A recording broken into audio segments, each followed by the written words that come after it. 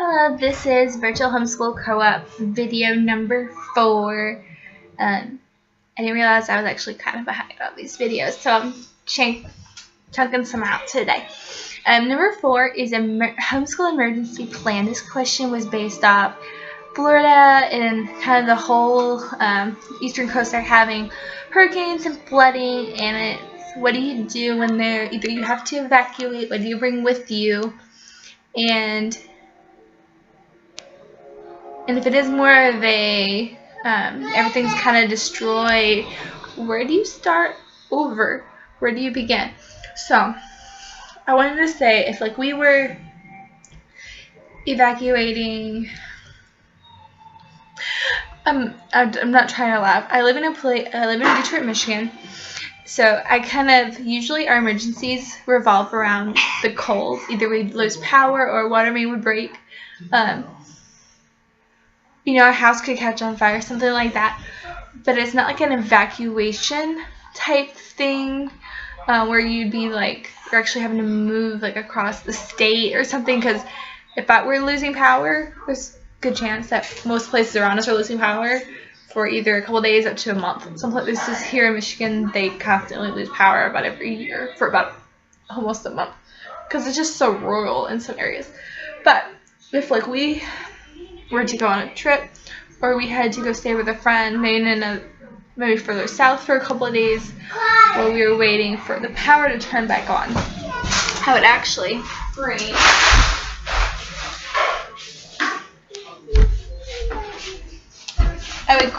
we would grab these. Now, you can get these storage containers I got mine at Myers, but I think it has 6 of these drawers, and I like it because it snaps shut. And in here, I have 2, one for each child. My nephew and my 3-year-old, they're 4 and 3. They each get their own drawer they're working it for the week. So if we were only going to be gone for a couple of days, that would be like the ideal thing to just grab. And then it usually has their pencil bags in there. Even though I bought a pencil bag for my daughter that it's not big enough to hold pencils.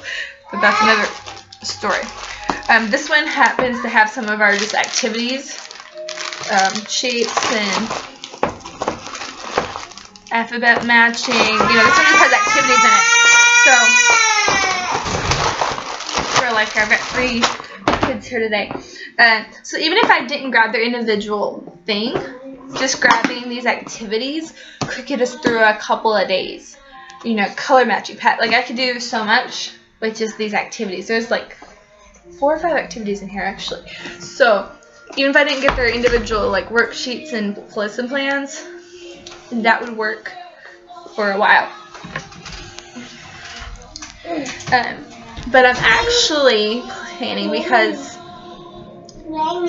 this election there's a lot of rioting going on, and thankfully it's been pretty peaceful, or at least quiet where I am, but I'm still kind of expanding. My chest is tight a little bit, especially after hearing about Chicago. So the things that I'm actually going to be packing in, I don't want to call it a bug-out bag, but our travel bag, because we might run my family, is that I don't want to bring, we had to bring in maybe my big Bible, but we have several tiny travel size ones, and they usually have ones like for New Testament and ones for the old one. So, but they're really small, they're really lightweight. We're going to take a couple of those, and I am actually been using this to walk me through teaching my nephew to read what sounds and make sure I do the blends right, and other stuff. But this one's teaching children curriculum guide to what children need. This one's only through the 6th grade, but I'm actually working on condensing this into like a page or something that I can laminate to bring with me, because it's like most people say, if this is like a true the end of the world as we know it kind of situation, you can brawl in the dirt, you can, you know, charcoal to write. Like, there's a lot of things you can do in like a true, like, you can't go to the store and buy a pencil situation, pencil paper anymore. But maybe because it's just because I'm just beginning homeschooling. The idea of having goals already written for myself just sounds amazing. Like, it would just take the stress off. Like I said, I may not pack this book itself, but I'm wanting to come up with a condensed list that says, first grade, these are the goals. If you do more than that, that's fine, but these are the goals. And second grade, fourth grade, fifth grade, you know, and then it just keeps going. Like I said, maybe if I had been homeschooling, if I'd already gotten someone through like high school, maybe I wouldn't need this as much. But because we're just starting, thank you, this would make me feel comfortable in that kind of situation. And I'm also thinking, because I thought of this, I'm actually going to create, what are they called? Sort of like graphic organizers, clip art things, where, because like I have a wall poster, there we go. But I don't want to make them very big. Like, I have one that's, I already have the alphabet. You can buy them pretty good size where they have the shapes and colors. If I can make those, but make them small, that way, and laminate them so that they can get wet, they can get dirty, whatever, and they'll still be intact.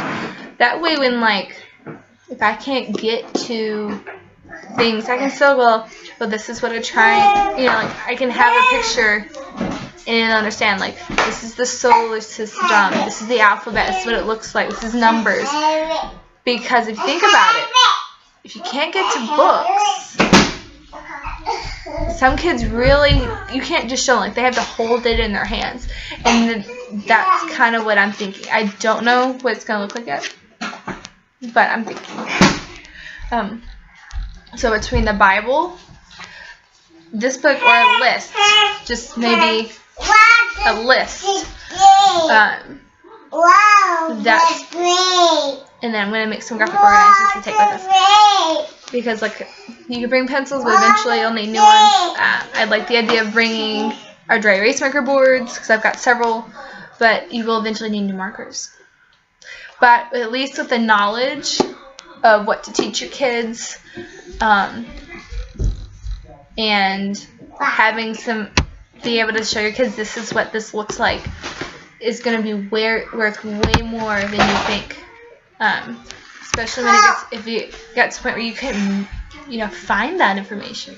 So, if anybody has any suggestions, I am completely open to suggestions. We are actually thinking about it because of the rights. We're probably gonna have the chance that if they get bad here, we're leaving. We'll leave and wait till the storm calms down. But homeschool will still continue. So I'm trying to get this together. So if anybody actually has any suggestions of what to bring with me, maybe what to try to get a wall poster of. If I'm missing something, I'm thinking alphabet, numbers, shapes, colors. I'm thinking maybe the solar system. You know, things that you actually need like an image of for children to truly grasp the concept. She's bringing me some kind of bucket in a movie, and I'm getting brought stuff. But any ideas, this is legitimately will help my homeschool continue. So don't be afraid of what you're putting down there, even if it's negative. I will actually read all the comments and keep them open. Alright? Thank you very much for your help.